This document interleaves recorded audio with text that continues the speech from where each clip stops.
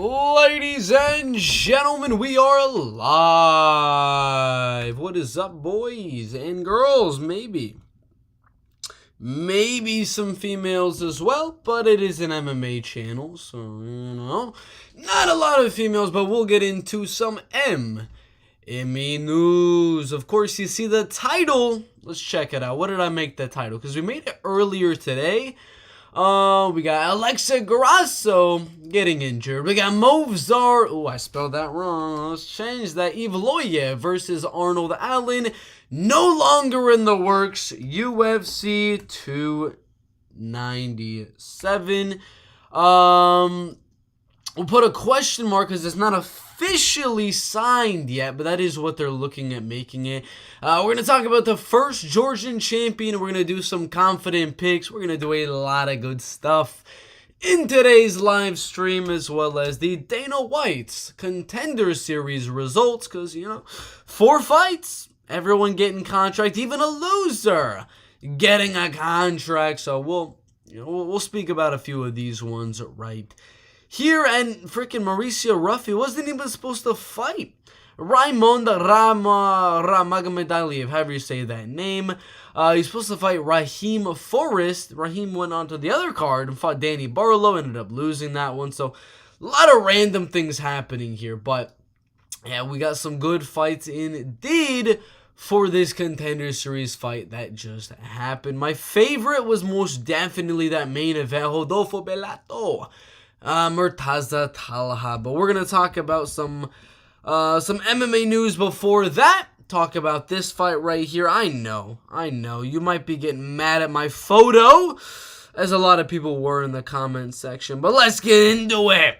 First topic for today's MMA news: does Stipe Miocic bounce back from his devastating KO loss to Francis Ngannou, I think more than 2 years ago, and become the first fighter in UFC history to win a belt, lose that belt, win a belt, lose that belt, and then win the belt again? I know you guys are going to be saying Randy Couture, you're going to be saying like George St. Pierre and things like that. George St. Pierre won that interim title and did all of that. We can check that one out if you want to. And then the other guy, Randy Couture, he won the belt and then he vacated the belt. He didn't lose the belt, he vacated it. So by a technicality, Stipe Miocic could be the first ever person to win, lose, and then win again the UFC heavyweight belt. At least the heavyweight belt. There might be someone in another weight class that has done that before, but I'm not too sure. But Stipe Miocic, man, has been on an interesting little tear here in the UFC's heavyweight division, beating a lot of guys and winning the most heavyweight title fights that any fighter has ever won inside of the UFC, including his wins over Daniel D.C. Cormier, including his wins over other former champions like Andrei Arlovski, Fabricio Verdum, Junior Dos Santos, and Francis Ngannou. It's no doubt in my mind that the man is indeed the UFC heavyweight GOAT, but man is about to go out and take on John Bones Jones to potentially win the heavyweight belt for the third time, and this time against the greatest foe he's encountered to date in 36-year-old, greatest of all time in terms of legacy, 28-0 in my opinion. Does he have what it takes to become the three-time heavyweight champ? Of course he does. He has the wrestling. A lot of people are saying this is going to be a domination from John Jones. John is going to go out there, take down Stipe, submit him like he did to Rogan. He's going to outstrike him on the feet. I'm going to be honest with you. I put out some underdog bet already on Stipe Miocic to win this fight. I do have John Jones winning, but if you're going to be betting on this fight, when the odds have John Jones as a 3-1, and even a 4-1 favorite on some of those betting odds sites, you're crazy. You're crazy to parlay John Jones in this type of a fight with Stipe Miocic. He's a 5-1 favorite on one of these bookies right here. This dude outstruck Daniel Cormier for 5 rounds. He knocked out Daniel Cormier. He out-wrestled Francis Ngannou. So he has the skills to defend the takedowns of Jon Jones in this fight. Make this a 5-round striking affair. And we know Jon Jones isn't known for his KO power on the feet. It's not like he's going to go out there and do what Francis Ngannou was able to do and knock out Stipe Miocic. It's very possible that he could go out there and have a very, very close striking match with Stipe Miocic. I'm going to be honest, when I do make my confident picks video for UFC 295, Jones versus Miocic, Jon Jones is going to be at the bottom of my confidence. I'm more confident in a lot of the fighters in the prelims, the other fighters on the main card. I'm even more confident in Alex Pereira beating Giri Prochazka than I am for Jon Jones to beat Stipe, because I think the striking is 50-50. And I don't think Jon Jones has his way with Stipe on the ground. I don't think he's going to dominate Stipe Miocic on the ground. So it's very interesting. The predictions on here, they're not going to let me show them to you because we're on the computer version, but I'm going to check them out on my phone right here to see how many of you guys picked Stipe Miocic to win versus how many picked Jon Jones to win. We have 76% going Jon Jones to win. That is minus 410 range on the, or sorry, minus 310 range on the betting odds, which isn't as much as the betting odds are saying, because betting odds are saying minus 500. The predictions on my Instagram are saying minus 300. I say Jon Jones should be around minus 130. He should be a very, very, very slight favorite. What do y'all think? Stipe versus Jon Jones. I think it's a pick 'em. I slightly lean Jon Jones. This is so much of a closer fight than a lot of you guys are thinking. I know you guys are going to be like, Jon Jones is training so hard for this fight. He bulked up to heavyweight. Stipe's a fireman. He's not taking it seriously. Trust me, he is taking it seriously. He's in great shape. He's going out there to knock out Jon Jones. And the dude is a very, very good boxer. I know Jon Jones has some good kicks at range, good jabs, he's got a good height, good reach for the weight class. I mean, 84.5 inches. He's so tall, he's so long. Stipe's going to give him a run for his money. Ladies and gentlemen, we'll see what happens. Who do you have winning? Let's see. Let's read those comments. What is up, Anthony Un Raul? Great fight last night, brother. That was a robbery. It wasn't last night, it was on Saturday. But I do believe it was a robbery. Did you eat your microphone when Strickland won? Lol, just wondering. No. I was honestly happy. I lost some money betting on that fight. But god dang, I was kind of happy for Sean Strickland, if we're being honest here. Alright. Maram Davalishvili. Ilya Topuria, Movsar, Evloev. I doubt that's gonna happen. I highly, highly do doubt that is gonna happen. Huge scandal. Yeah, we had Marcel Dorf DMing me saying Hooker should be banned from the UFC, talking about his shin guards from his tattoos. Marcel's got some comedy in him. Joe Rogan, Stipe has Jones hurt. Daniel Cormier, kill him. Yeah. Dude, DC, if he's commentating Jon Jones' fight, he's going to be praying for a Stipe TKO. You already know. Davi Bittencourt, Lucas Rocha, however you say the name, has been rebooked for Week 10 of Dana White's Contender Series. We were just talking about Week 9, not Week 1. But Week 10 has 6 fights on it at the moment. It's not showing up on Tapology yet, but we do have... What is that? 1, 2, 3. 3 undefeated fighters on this Dana White's Contender Series Week 10 card. Yair Farias. We got Terence Finney, Yuri Panferov, and Andre Lima. And then we're going to get the rebooking of course, Lucas Rocha, who missed weight by 5 pounds. Oh my gosh. Get your schnikes together on the scale. I should have warned you. I forgot this was so early on my Instagram, but yeah, Sean Strickland, you need to find someone to help you out with your feet. What is this? What is this, Sean? What is this? What are you doing, bud? What are you doing? Sean, do something. Like, find someone to clip some of this stuff. Sean, get some help with your feet, because this is, I mean, we had the toe infection a few weeks ago. Now his toenail's about to fall off. Sean, get some help with the toes, man. We got Drew Dober fight week. Boom! Overhand left. The dude is a lefty, and he has some power. We got Renato Moicano saying Michael Chandler should just let the fight go. He's not going to happen. It is not going to happen. Islam Makhachev has the longest winning streak in the UFC at the moment with 12 wins in a row. But if he loses to Charles Oliveira, we will have the first Georgian fighter to have the most wins in a row inside of the UFC. He's got 9 in a row right now, potentially maybe 10 in a row. If he fights O'Malley, maybe if he fights Henry Cejudo. I don't know who they're going to give him next, because Dana really does not want to give him the title shot.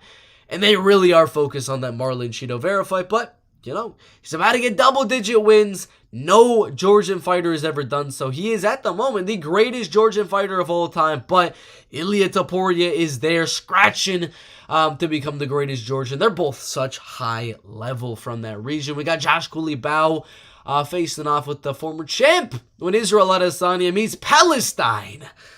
Adesanya. I don't know what I would go. I go Israel Adesanya slightly, but that's a close fight.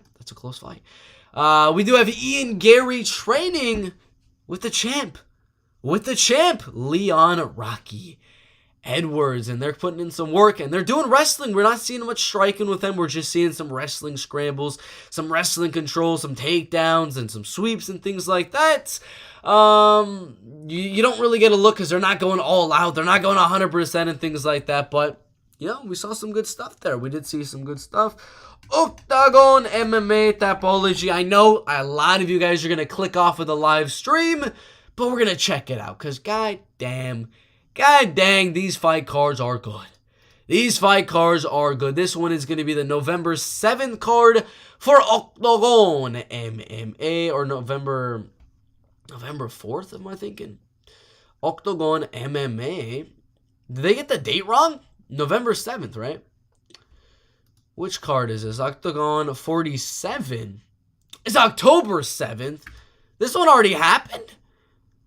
Okay, dude, I'm thinking it's November already. But yeah, October 7th, I'm going to look at the card really quick, because there is some good guys on the card. We do have, if you look lower onto the card to the prelims, we got former UFC fighter fighting another Georgian. We do remember when he was in the UFC and he fought a Georgian in Marab Divalishvili, his UFC debut. He ended up losing pretty dominantly, came back with a good win, then lost a ranked Adrian Yanez, had a good fight with Alateng Haley. I still think he's UFC caliber. Came back with a good win, but then he got knocked out by Jonas Magard, who is also most definitely UFC caliber for sure. But we do have a former UFC guy right there. And Gustavo Lopez on the prelims. We do have Amaran Gogoledze, who lost on the Contender Series due to an injury, and then came back with a good win. If he wins this one, he could be looking on, knocking on the doors for a UFC contract. That's another guy that could very well be in the UFC. Mateusz, he's looking like a solid prospect, but I see a few more wins he probably needs to crack on the door of the UFC. Jakub Donhal is a very solid fight. In the main event, Carlos Vernola and Pavel Langer is an absolute banger. I do have Carlos getting the finish, but two former UFC/Dana White's Contender Series guys on that card. I will definitely be tuning in.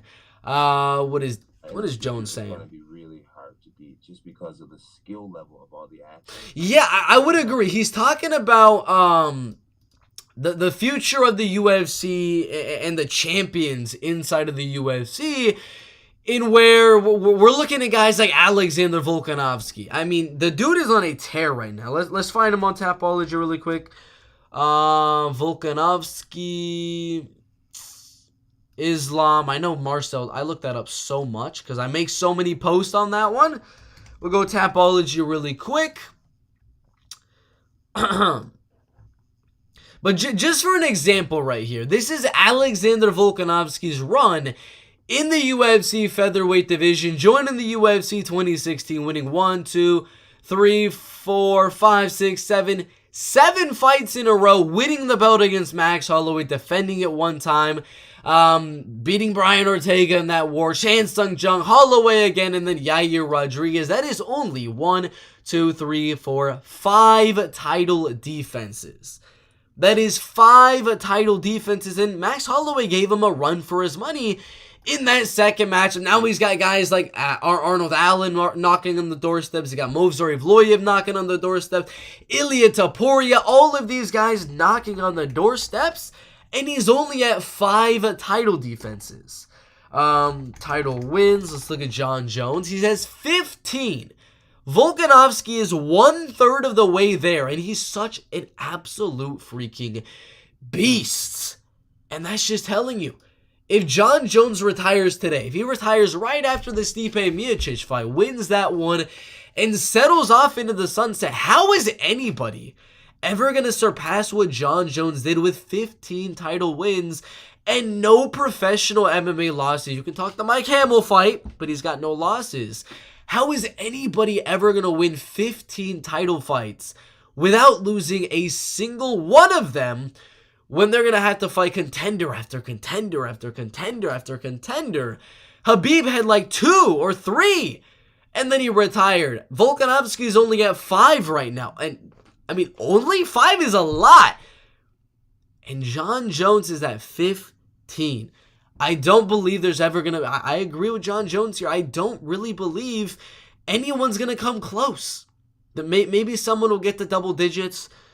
Maybe someone will get to like 8 title defenses, half of what Jon Jones did, but to get to 15 and get to the legacy and what Jon Jones has done, aside from the PED use, aside from the car trouble, the baby trouble, the wife trouble, all of that, you know, iffy type of stuff, nobody's ever going to get to what Jon Jones did inside of the octagon. It's going to be very, very... If someone does do it, oh my gosh, I will be shocked. Let's see, one of the craziest streaks. Yeah, Ngannou's streak in heavyweight, finishing champ, Blades, a guy that's always been in the top 5 for the past like 3-4 years, and then knocking out Rozenstruik in a total combined time of 3 minutes and 22 seconds is in freaking insane. 2 champions, a perennial contender, and a powerful striker in 3 minutes, 22 seconds. That is insane. We got Joaquin Buckley fighting this weekend. Let's watch some highlights. He rocked them good in round 1, and then round 2, boom! Big right hook lands on the chin. Then he fights Antonio Arroyo. Head kick. Boom! Uppercut and some huge ground and pound, and he's out cold. The most recent one, his welterweight debut, head kick. And Andre was like smiling on the ground. It was weird, but Buckley fight weeks are always good. He always makes for entertaining fights, entertaining KOs, and he does have arguably the greatest knockout in UFC history, which I didn't show there, but it was on my story a few days ago. I mean, if this was a thing, and we had someone with the striking of Alex Pereira and the wrestling of Chimaev, greatest of all time. Greatest of all time. Leaves him in a stretcher, just like... He hopes Leon Edwards leaves Colby in a stretcher. Most takedowns in UFC history, we got Clay Guida at the top of the list. Not for long, Merab will surpass that very, very soon. We got the welterweight leader in Colby Covington, the bantamweight leader, Merab, the heavyweight leader in Curtis Blades. A lot of high-level wrestlers right there. Abus Magomedov, good to be back in Miami with my brothers, waiting for my next opponent. I don't know who they're going to give Abus, because he's still, I mean, he only lost to the champ, Sean Strickland. Started off his career with a devastating knockout of Dustin Stoltzfus. I don't know who they're going to give him. I really don't know who they're going to give him. Strickland getting flown right there with the judo throw. Boom! Yes, we're going to talk about this one in a little bit, and it is in the title. We're going to talk about that one, but it's not going to be Movsar Evloev, Brian Ortega anymore. It is going to be Arnold Allen versus Movsar Evloev. We're going to talk about it in a little bit because this was earlier on in the day, and it just got confirmed. The fight card they're looking to book it on. Who's your favorite fighter with 10+ losses? Obviously, mine is Nate freaking Diaz, but Michael Johnson is very high on that list. The dude will literally beat Francis Ngannou and then lose to Diana Belbita. I mean, that's just what Michael Johnson does. I don't know how. Let's read some of the comments before we go on. I love you, Bert. That's gay. It's past your bedtime. No, it's not. Steiny versus Derek breakdown. No. Lost to Reyes. Lol. Just saying. I mean, they gave him the win. They gave him the win. Edit to lol. Yeah. Let's see. What do we got after this one? Yeah, Alexa Grasso with the injury. Let's find Grasso. Topology. Let's find it. Grasso versus Shevchenko. Alexa Grasso, Valentina Shevchenko 2 was a draw. Should have been a win for Valentina Shevchenko in my opinion, and we should be having that trilogy.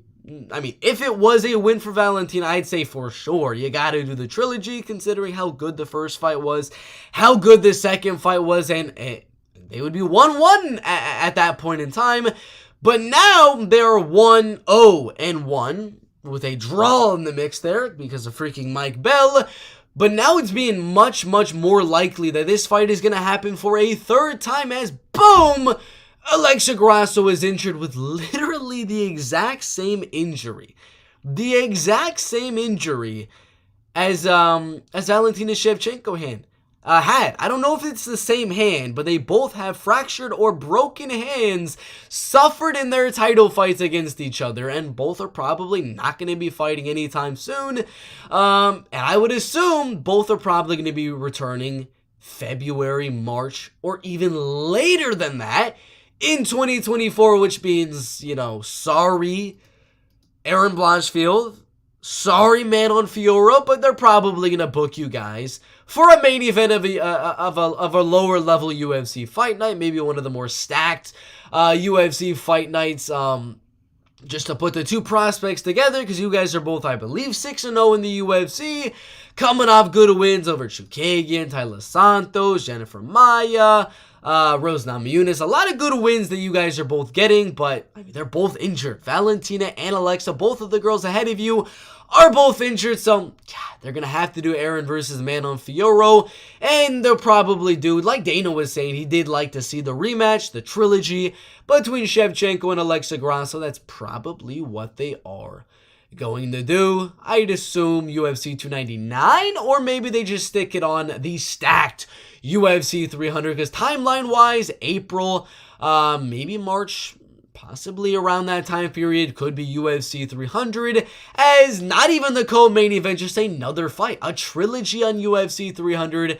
women's MMA title fight, which is an absolute banger between Shevchenko and Grasso. I'd be down for that. Shevchenko, Grasso, UFC 300, that's my pick. But what do y'all think about Grasso getting injured and having surgery? When did she have surgery? Did she already have it, or is she having it soon? Let's check on the post. I am forgetting. How do you change this one to English?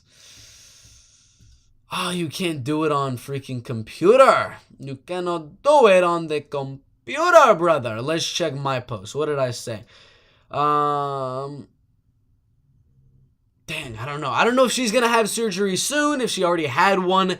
But yeah, again, I do assume probably March, April is probably when they're both going to return. And UFC 300 is kind of timeline-wise very, very perfect, or UFC 299 co-main events, but it seems like a very, very good fight for UFC 300, which is just such a shame for Aaron and Manon Fiorot. What do y'all think? Who wins the trilogy?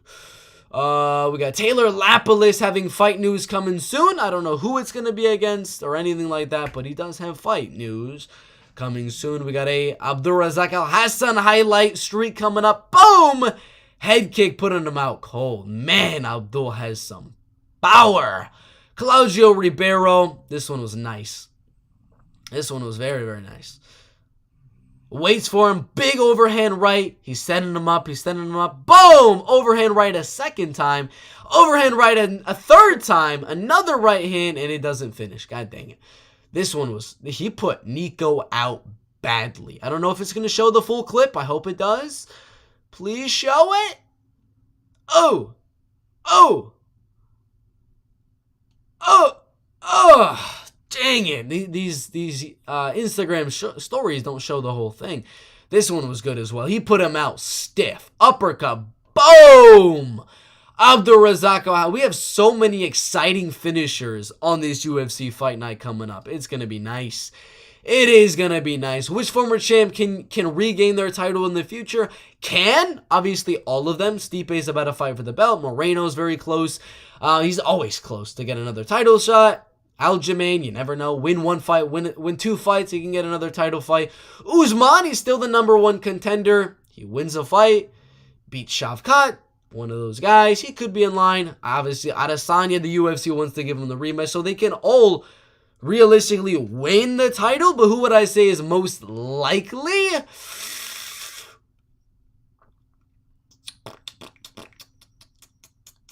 I'm going to go Brandon Moreno. Brandon Moreno is going to be my #1 pick, because I can see Pantoja retiring, and because Moreno's still so young, there's a good shot. Even if Pantoja retires, Moreno can become champ again. Could become champ again, because as soon as Pantoja retires, he's another older guy in that weight class. Moreno's still not even 30 years old. I mean, he's obviously the clear guy that they'd probably be like, we'll put him in another vacant title fight. So you never know. I'd say Moreno there. Henry Cejudo hard, back at the gym. Yeah. Good videos. Me personally, I think Jones is going to win, but I'm not surprised if it's Stipe as well. It's not really a prediction there, bud. This guy is amazing. Now, the big question is, it's not much who wins. It is who retires. Yeah, I think they both retire. I do believe they both retire. This is a good one. This is a good one. For those that don't know, Gamebred FC, their last card was fire, man. Their last card was freaking nice. We had Junior Dos Santos, Fabricio Verdum in the main event. That's a champ. That is another champ. 2 heavyweight champs of the UFC. We had Maki Pitolo in the co-main event, former UFC fighter. We got 2 UFC fighters, Joshua Williams and Erwin Rivera, putting on a banger. Pitolo Bauman was a very good fight. We had Ago Huskic, PFL fighter, taking on Brandon Davis, former UFC fighter. That was a banger. Anthony Njokuani, Brandon Davis. 2, I believe Njokuani was a former UFC fighter. I could be wrong. But yes, he was. He fought Vince Pichel. John McDessie, he got a good win over him. He was in the UFC for a good amount of time. And a former WEC fighter as well. That's 2 UFC guys as well. On the main card, we had some up-and-comers. We did have... Who was the other one? No other, notable names on the card, but a lot of very, very fun fights. First round knockout. A heel hook in the first fight of the night. I mean, Gamebred FC put on a really, really good fight card last time around. And this time around, November 10th, we got about a month and a week. It's a banger of a card. We have Alan Belcher taking on Roy Nelson for the heavyweight strap. We got Randy Costa, a former UFC fighter, taking on Jason Knight, who was just on The Ultimate Fighter. Beat Landon Quinones, who is in the UFC right now. He's UFC caliber. Beat guys like Artem Lobov. Was in the UFC a while ago. Beat Dan Hooker. Beat Alex Caceres. I mean, beat Thiago Moises. This dude is an absolute killer. And he's on that main card taking on Randy Costa, who is never in a bad fight. Alex Nicholson, Dylan Klecker is a good fight. Joel Bauman was on that last card taking on former UFC fighter Curtis Melender. Very solid fight. The GOAT, Chase Sherman, is making his return against Carl Semenatafa, who's also very solid. Brandon Davis, Joe Penafio, they are both on the last card. Hector Lombard, always putting on fun fights. And Weens versus Huskic is a banger as well. My gosh. Gamebred FC's putting on some bangers. So yeah, if there's, this is when? November 10th? November 10th, let's go into UFC rankings. Let's go Cyril Gahn. This is how I do it. This is how I do it as fast as I can. Let's see. November 10th, I don't believe. November 11th. So this is going to be a Friday. It's going to be a Friday. It's not like you have to watch Gamebred FC or the UFC. But on Friday night, you got nothing to do. You got a full Gamebred FC card to watch. I'm watching that card for sure. For sure. Does Colby retire after losing to Leon? If he does, no, there's still some money fights you can do. A Poirier fight, because if Poirier wins at welterweight against Colby, you can give him a title fight at that point. There's still some money fights Colby could make. Junior Dos Santos gives Ngannou 5% chance. It's possible. There's always that KO shot. There's always that KO shot. Jesse Butler. Tapologi.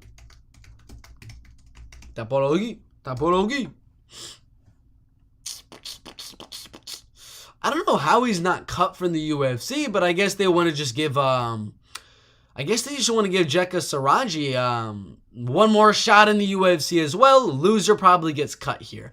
In the lightweight division, Jesse Butler and Jekka Saraji, both guys that got finished in their UFC debut in round number 1. Jekka Saraji has a weird build for the weight class, but he's very young. The finisher for sure. The man has 8 KO wins. He's got 4 submission wins, only 1 fight going all the way to a decision, and that was against Rama Sabturi, who was undefeated at the time that they fought. He did lose his UFC debut to Anshul Jubli, who is going to be on that UFC 294 card. I'm very high on this kid as well.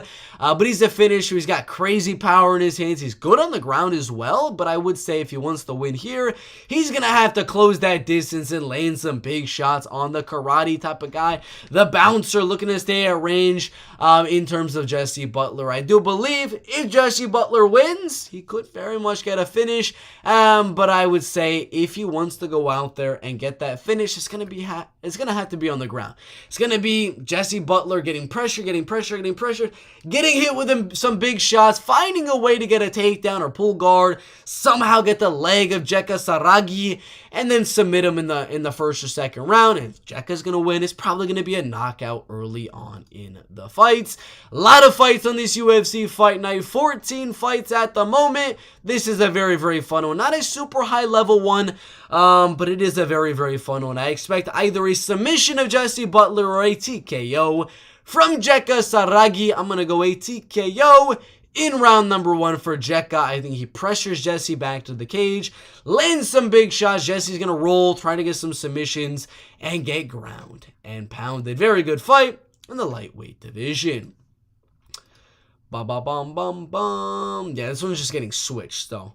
Contract signed for Sam Patterson. I don't know who it's going to be. Sam Patterson, is he 0-2 in the UFC, or if I'm... Because I know the Yanala Shmooze one. Did he have 2 fights that he fought? No, it was just the Yanala Shmooze. He was supposed to... that's what I'm thinking. He was supposed to fight Nasra Hakparast, but withdrew for some reason on that one. I don't know when he would be fighting. Like, what card would they book him for? I'm not too sure, but he does have a fight signed. I'm very curious to see who it is up against. Cub Swanson is going to be having a surgery and is no longer viable or on the table for UFC 297. We had 2 guys call him out from Canada, in Kyle Nelson as well as Charles Jordan. I did love the fight with Charles Jordan. And Cub Swanson, I thought that'd be a banger of a feature prelim, maybe like a lower tier main card fight if they weren't able to stack that Canadian fight card. But I really like the Charles Jordan Cub Swanson matchup. I thought winner, maybe give him a top 15 matchup next.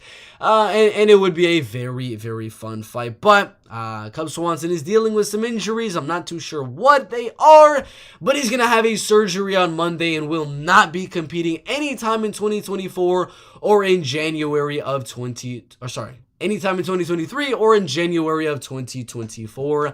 I would like to see him return against someone right outside of that top 15. If he wins that one, Cub, maybe one last run inside of the top 15. But if he does lose his next fight, I think that at that point, we got to start doing veteran fights between Cub Swanson and some of the other veterans of the UFC featherweight division. But either way, Cub Swanson always putting on banger fights. He's got a fight in the Hall of Fame. He could put on some more.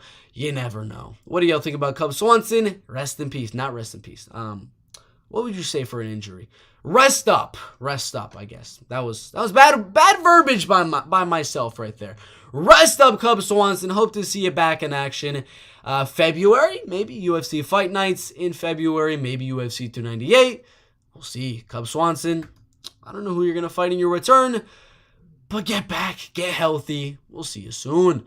Oh yeah, this is this week's fight schedule. We got ACA 164, very, very good fight card. A lot of former UFC fighters on that card as well. ACA Tapology. For a lot of you guys that didn't see any UFC this weekend, you gotta find some of the other cards because we have 17 ACA fights. 17. These are not low-level fights. 9-3 versus 11-4. 8-2, 15-4. 10-2, 8-2, 8-2. 5-2, 7-0, 4-0. 11-3, 11-4. 34-12, 11-3, 13-3, 14-4, 12-3, 12-2, 24-3, 31-3, 19-2. We got some. There's no losing record guys on these ACA cards. And we got a lot of former UFC guys, which is what I really wanted to show you guys.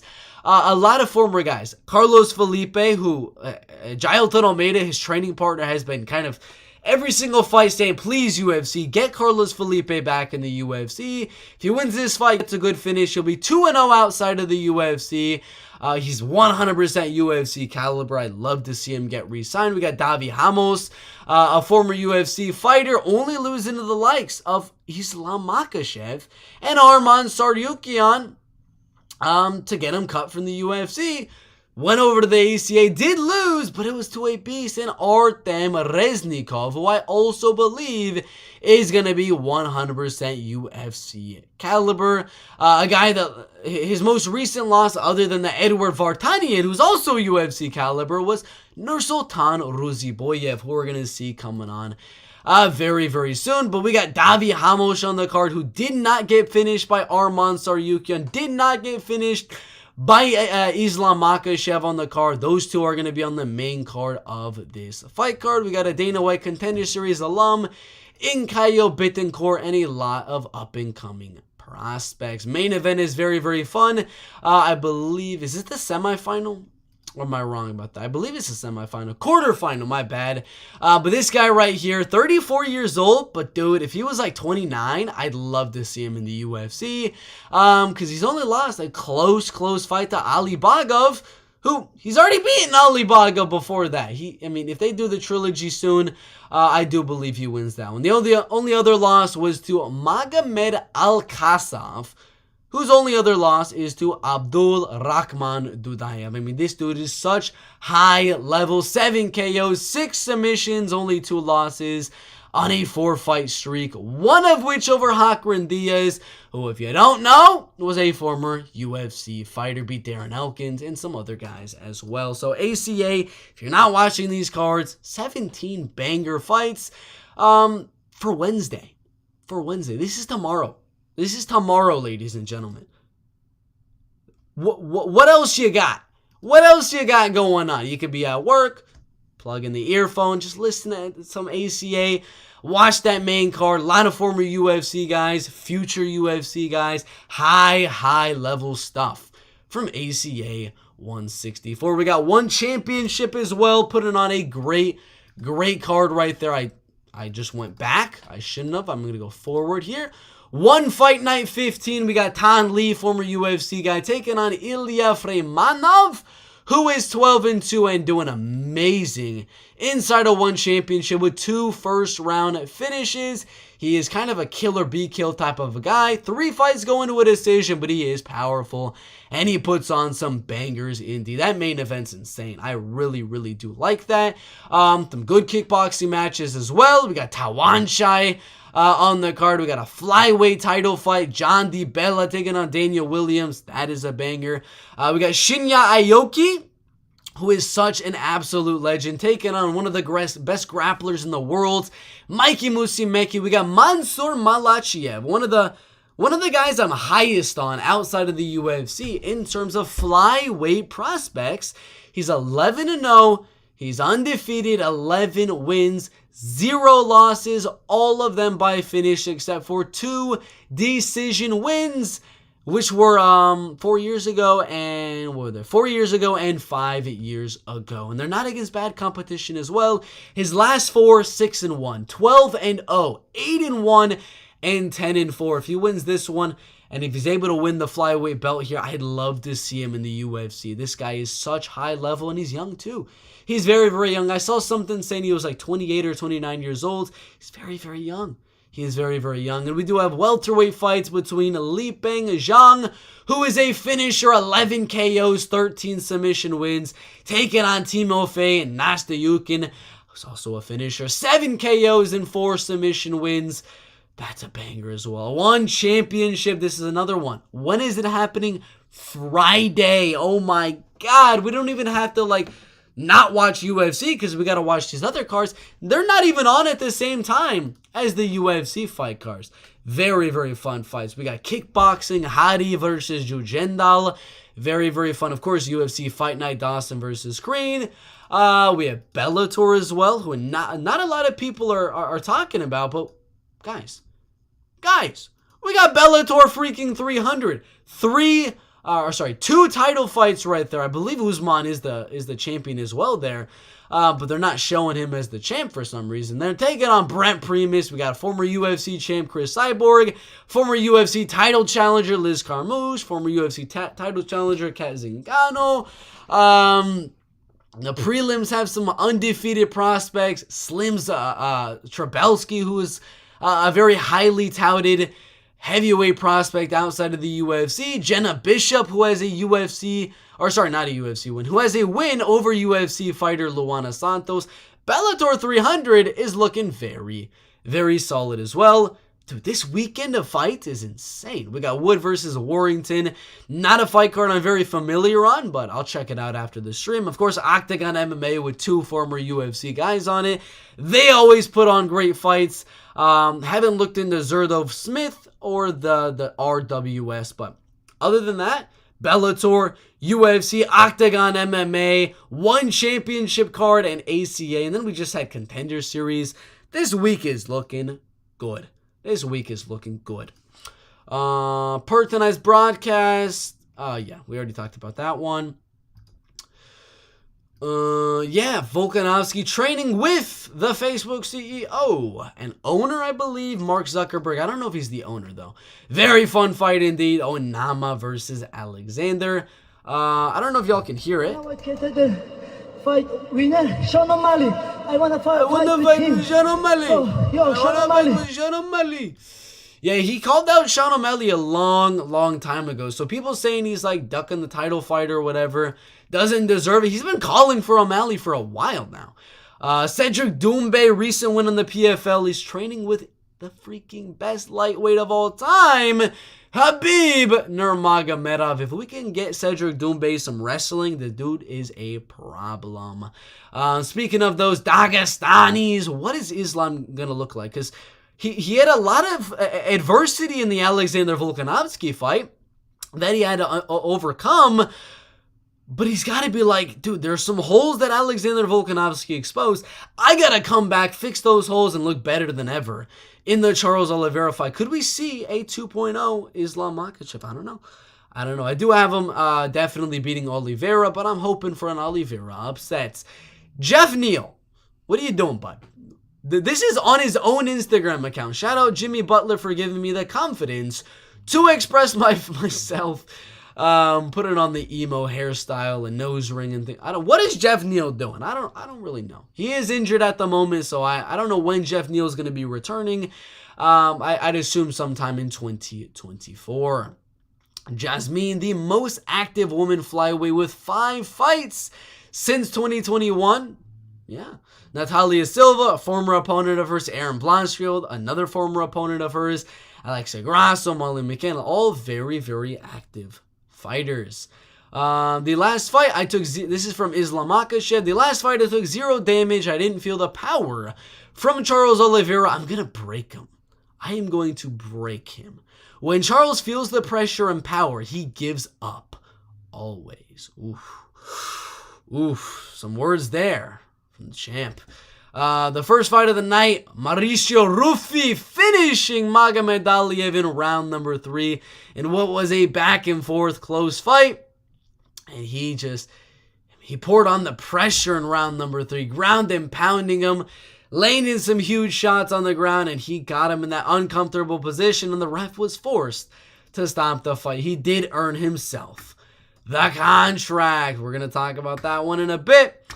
But let's get the finishing touches. We had Magomed Ghaziazulov beating Jose Medina by unanimous decision. They both earned contracts. Crazy. Nibar from Hugo right there. Crazy. Finishing Torres in round number 2 with a knee bar. Very, very impressive. And then we did have the knockout win of undefeated Murtaza Talha from Rodolfo Bellator. I mean, oh my gosh, what a win. But now we got to talk about UFC 297. Let's go Tapology. Let's go UFC rankings. Featherweight, yes. Rankings. And then, where's featherweight? Yair Rodriguez in the featherweight division. Movsar Evloev and Yair Rodriguez. I messed that up. Movsar Evloev and Arnold Allen in the UFC featherweight division. Not official just yet. I gotta get that disclaimer out there. But it is in the works at the moment for UFC 297's Canadian card in Toronto, Canada. And most likely will be on the main card. Another rumored fight for UFC 297, which is not official, of course, but that is what both fighters want. In terms of Ilia Topuria and Alexander Volkanovski, we could have some very, very high-level featherweight action taking place at UFC 297 with the champ Volkanovski taking on the undefeated contender is Ilia Topuria in that main event potentially. And we could have undefeated Movsar Evloev with a good win over Arnold Allen. Could also be knocking at the door to potentially face Volkanovski next. Again, this is in the works. It is not official, but right now, Arnold Allen is coming off a hand injury that he suffered in the Max Holloway fight. Before that, beat guys like Calvin Kattar, Dan Hooker, Sodiq Yusuf, Nick Lenz, Gilbert Melendez, and Jordan Rinaldi. Of course, he had to go down in the rankings of the UFC featherweight division. Let's either go down in the rankings or do a fun UFC fight night main events. With Yair Rodriguez, they're obviously not going to do Ilia Topuria versus him. They're not going to give Josh Emmett a step up. They're not going to do the Calvin Kattar rematch. I was thinking either a Giga Chikadze fight or a Yair Rodriguez fight, but they threw a little curveball there and said Movsar Evloev versus Arnold Allen. I was not expecting it. I was expecting Movsar versus Brian Ortega, but this is what the UFC has decided on. It is in the works. It is not official, but who do y'all have winning? I do believe Arnold Allen is going to be the better striker here. I think he defends the takedowns, and since it is going to be 3 rounds, I'm going to go Arnold Allen 29-28. Unanimous decision. Very fun fight, very close one here. I think Movsar is going to show some toughness here and survive in those later rounds, because later on in this fight, when Arnold really starts to find his groove in the striking and defend the takedowns, it's not going to look good for Movsar in my opinion. And I think, dude, featherweight's a weird division, because if Arnold wins in impressive fashion against Movsar Evloev, the UFC could just be like, we don't have any contenders for Volkanovski. Here you go, Arnold. Here you go, Arnold. We'll give you a title fight. So you never know. The winner of this could definitely be close and possibly next in line for a UFC featherweight title fight after Ilia Topuria, of course. But what do y'all think? Movsar and Arnold Allen. Predictions down below. Next one in the bantamweight division, via Raul Rosas Jr.'s manager. Raul is looking to return in February of next year. I would assume UFC 298, if they're saying February, that's the pay-per-view, is going to be UFC 298. Rumors are that the UFC is looking at potentially making that a Phoenix, Arizona UFC pay-per-view and possibly having it headlined by Sugar Sean and Chito Vera. And I'm hoping Sugar Sean versus Merab Dvalishvili, but you know, that's the money-making business. But another bantamweight fighter that they can definitely add is Raul Rosas Jr. because they're liking to put him on these UFC pay-per-views to build his star potential, put him on the prelims or the first fight of the main card. I wouldn't give him too tough of an opponent. He beat Terrence Mitchell, who's 0-2 in the UFC right now. He beat Jair Perrin, who is no longer in the UFC and lost to an undefeated guy. When we're talking about bantamweight fights, he's undefeated at bantamweight in Christian Rodriguez. Raul is still very high level. I still do think he's going to have a very good future in the UFC bantamweight division, but I do find it very curious to see who they're planning on booking him against next. But we're not going to see him anymore in 2023. His manager said they're looking at him in 2024, February. I'd assume pay-per-view. They love putting him on those pay-per-views. What do y'all think? Who does Rosas Jr. fight next? Yeah, this is fake news, guys. Sugar Sean, Marlon Vera is not in the works for UFC 297. It's not. Come on. MMA Uncensored is always posting those fake news. We got Valentina, another month in this cast. She's got another month. She has to have a cast on her right arm before I go for the second surgery to extract all the metal from her thumb. Yeah, Valentina's having a little bit of a rough time there. Congrats on your boxing win. Thank you, Chael Sonnen. Chael in the chat. Chael in the chat. Thank you so much, Chael Sonnen. But yeah, great performance from Rodolfo Bellato. Rodolfo gets the contract. Ruffy gets the contract. Everyone gets a contract, and even the loser of that light heavyweight fight with Magomed on him, they're all getting contracts. Dana White says he's interested in doing the next UFC Noche in the Sphere in Las Vegas. White says he likes the idea of shorts that honor UFC veterans. I like the idea as well. Ladies and gentlemen. I mean, if you could put on some French Foreign Legion freaking shorts for Benoit Saint-Denis serving his country, as well as some American flag type of stuff for Matt Frevola, I'd love it. And Dana White says they're going to do it. We're going to see some good shorts for UFC 295. All right. That's all we got for the story. But as you know, during my live streams, there is always some random MMA news that happens that, I end the live stream and then just some random MMA news kind of pops off and I'm not able to really talk about it. But let's check just to be sure, maybe if there was some MMA news. Let's see. Bada bing, bada boom, da da. Time is flying by. 8 years ago, Juliana Pena. Who is she fit? Who is that she fought? Oh, Jessica. I forgot she was at flyweight. That long ago. Jesus. Bellator continues to exist. It's not a bad thing. It's a good thing. Wow. Alrighty. I don't see much. I don't think there's any MMA news that we are going to be talking about.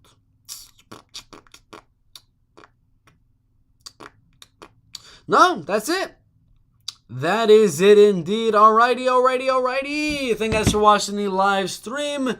Great card tonight for Contender Series. Thank you guys for checking in to the live. All the MMA news